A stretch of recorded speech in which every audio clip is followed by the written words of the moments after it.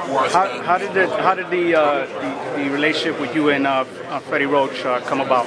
I met Freddie about 4 years ago, 5 years ago in LA when I was on a tour, and I met up with him there. And since then, I love the way he trained me, and he seems like a very chill guy, very humble. And I thought, I'm going to stick with this guy. He's a great trainer, and I thought I know he could take me to the next level, and that's what he's done.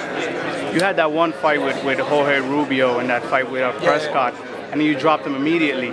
Was it because of that?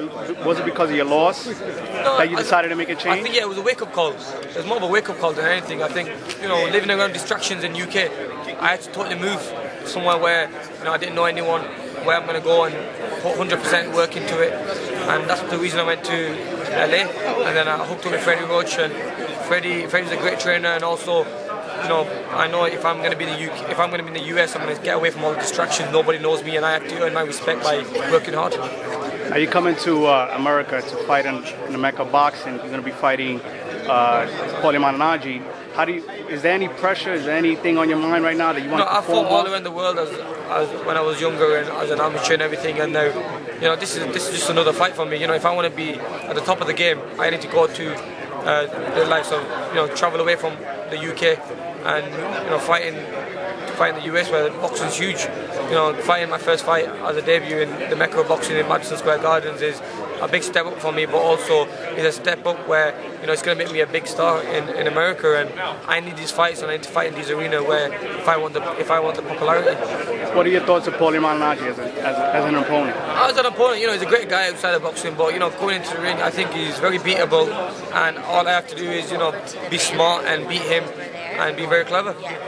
Does the talk you say about the Freddie Roach camp and stuff with Alex Ariza and stuff like that? Yeah, he's very disrespectful that way. I think he's very disrespectful for saying what he did. But I think that's the way where that's something where he can build his own name up. Make a name for himself is by saying stupid little things like that. But to be honest with you, I think it's wrong what he's saying because the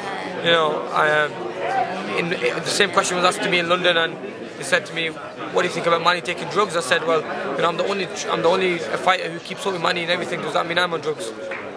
I get drug tested regularly, but I think it's just a rumor that fighters. I really says haters. All the haters just make rumors up, and I think just unhappy with things. You should be wearing his shirt. Stop hating. Stop hating. Yeah, but at the end of the day, I let my fist do the talking, and I'm sure when I beat him, the haters will change their mind. You think there should be blood testing in boxing? Well, yeah, there should be. I did it through the Olympics. We've done a few blood tests in America. So yeah, I don't mind. I think it should be done as well. Yeah. What was the blood testing like for you at the Olympics? When did they test you? How often? After every fight. After every fight, and to make sure because it was quite tough making the weight as well. So instead of the fluid one, where the P test, you do a blood test, so it's easier because we have to make weight. But everything was okay. It don't take too long, and it's quite chilled out. Is it random, Randomly, yeah. They can pick you while you're training, or they can pick you straight after a fight.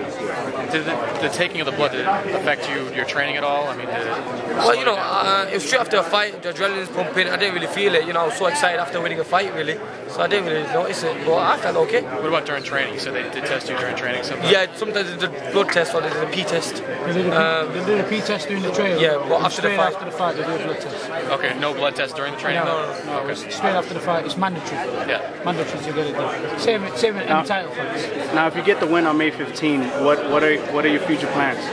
Future plans are to fight the likes of Maidana and fight the likes of Timothy Bradley in the later future, and then also Devin Alexander. I think there's some big names there, and 140 pounds is very exciting. So I want to fight the best out there and get this guy out the way, Paulie out the way, which I will not only beat him, but beat him in a good style, and then maybe go to some bigger fights. And you think you might blow him out like you did with Dimitri Salita back? Not too quick. I'm going to take my time, and I want to entertain the crowd, entertain the New York fans. But if it happens, it happens. I'm not getting paid for overtime, so if it happens in the first round, it happens in the first round. But I'm not going to go. I never go for the knockout. I'm going to box him and be clever and be smart. So what have you learned with Freddie now? Ever since you started training? We've developed a lot of stuff like keeping the hands high, defense, fighting off offense, footwork, body movement, the in and out movement and everything, and picking the right shot at the right time. not fighting with the heart, but using the brains. And that's what we've been doing, and that has been a massive advantage in my career. How about your conditioning? Has that changed also? Conditioning with Alex Ariza, I think, is brilliant. We've been working on so many new things that I've never worked on, and it totally pushes me through pushes me through the uncomfortable zone. But I love it because at the end of the day, it's very, very hard training, but it pays off. The harder you train outside the ring, the easier it is in the ring. Really? Now, what was your experience like with the going back to the Prescott fight? What was your experience like at that night? And did you think that you would ever be back in this stage, being world champion? Oh, I knew, I know things happen for a reason, and I knew, that happened for a blessing. It was a blessing in disguise what happened, and it made me just grow into a man overnight, really.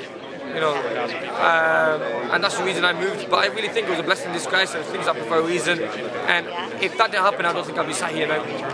So what do we expect in May 15? May 15, expecting a very, explosive fight.